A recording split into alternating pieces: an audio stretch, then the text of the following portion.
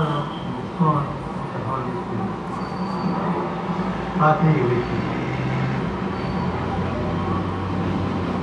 Let us pray.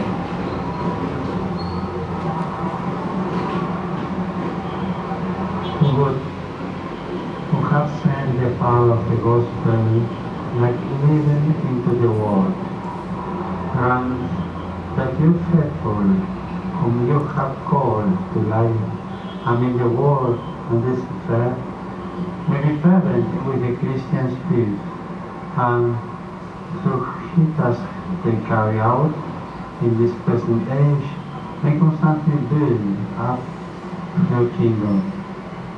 Through our Lord Jesus Christ, your Son, who lives and reigns with you in the unity of the Holy Spirit, one God, forever and ever.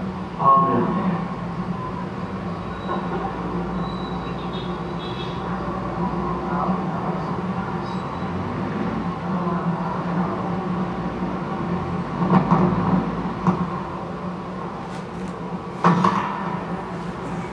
Minamahal ko pong Santo Papa, ako po si Ventura, 14 na taong gulang na po ako. Ako po ay dating batang kalye.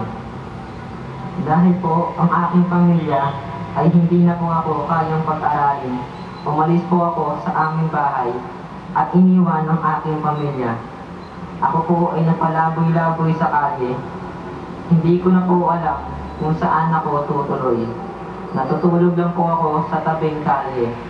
Naghahanap ng karton upang gawin sapinan. Nagtitiis kahit na madumi ang katawan. Katulad po ng mga kasama kong batang kalye. Tinitiis po nila kahit na madumi po ang kanilang katawan. Hindi ko na rin po alam kung ano ang aking kakainin sa bawat araw. Ang ginagawa ko na lang po ay naghihintay na matapos ang mga kumakain. At kapag natapos na po ang mga kumain, ay hihingiin ko na po ang mga natirang pagkain. At minsan din po, ang ginagawa ko po ay nangangalakal, naghahanap ng plastic, bote at mga papel. At kapag napuno na po ang sako ko, ibibenta ko na po upang may pambili na po ako ng pagkain. At minsan din po, ang ginagawa ko po ay kumakatok sa mga bahay-bahay upang manghingi ng pagkain, pero minsan po ay walang namimigay. Nung ako po ay nasa kalye, meron po akong hindi magustuhan at pangit na aking nakikita sa mga kapwa ko po batang kalye. Sila po ay natuto ng magnakaw, pumatay, at hindi na rin po silang marunong gumalang sa mga nakakatanda sa kanila. Nakikita ko rin na nag-aaway po sila sa mga bagay at gamit na kanilang ninanakaw. Nakikita ko rin po na ang mga kapwa ko batang kalye ay marunong na silang magdroga. May isang bagay po akong nakikitang ginagamit ng mga kapwa ko batang kalye. Ito po ay ang rugby at solvent. Droga po ito na madalas ko pong nakikita sa mga kapwa kong natalansangan. Kung nasa kalye pa rin po ako, lagi po akong nag-iingat sa mga kabataan. Dahil po may nakita na po akong niloloko na kapwa ko batang kalye na kunyari po ay bibigyan ng pera para lang po makuha ang atensyon na mapalapit sa kanya at mapaniwala. Napapakainin siya, pag-aaralin at aalagaan. Pero ang tunay po talagang gagawin niya ay papahirapan at papainit ka niya ng buong bahay at minsan papaanghin ka niya ng malalaswang bagay. Marami po talagang abuso ang nangyayari sa kalye.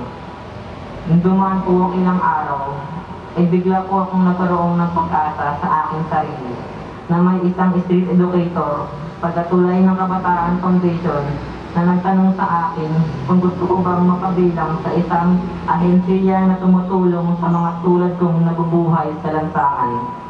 Tinanong po ako kung gusto ko pong sumama, pero nung una po ay hindi ako sumama. Lumipas pa ang mga araw hanggang sa nalaman ko po na ang tulay ng kabataan ay nangangalaga sa kapakanan ng mga batang lansangan na wala sa pangangalaga ng kanilang pamilya. Bigla pa akong nabuhayan at napaisip na hindi pala lahat ng tao ay walang puso meron pa palang taong may puso na handang tumulong sa mga batang nangangailangan. Nung nasa tulay ng Kabataan Foundation na po ako, bigla po akong nagulat sa aking nakita.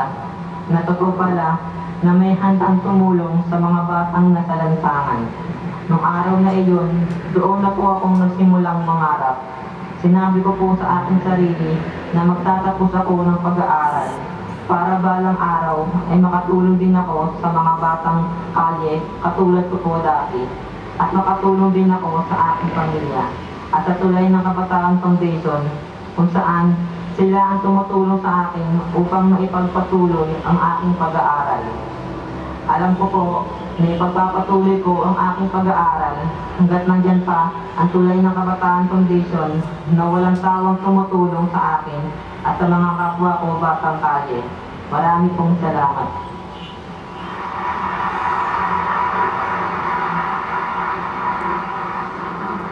Ako naman po si Glycel Iris Palomar, 12 years old. Nakatira po ako sa tulay ng Kabataan Foundation.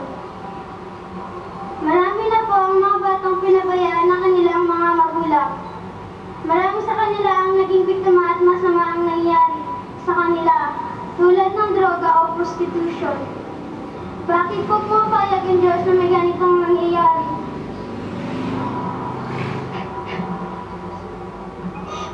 Kahit walang kasalanan ng mga bata, at bakit daw sila ang mga taong tumutulong sa amin?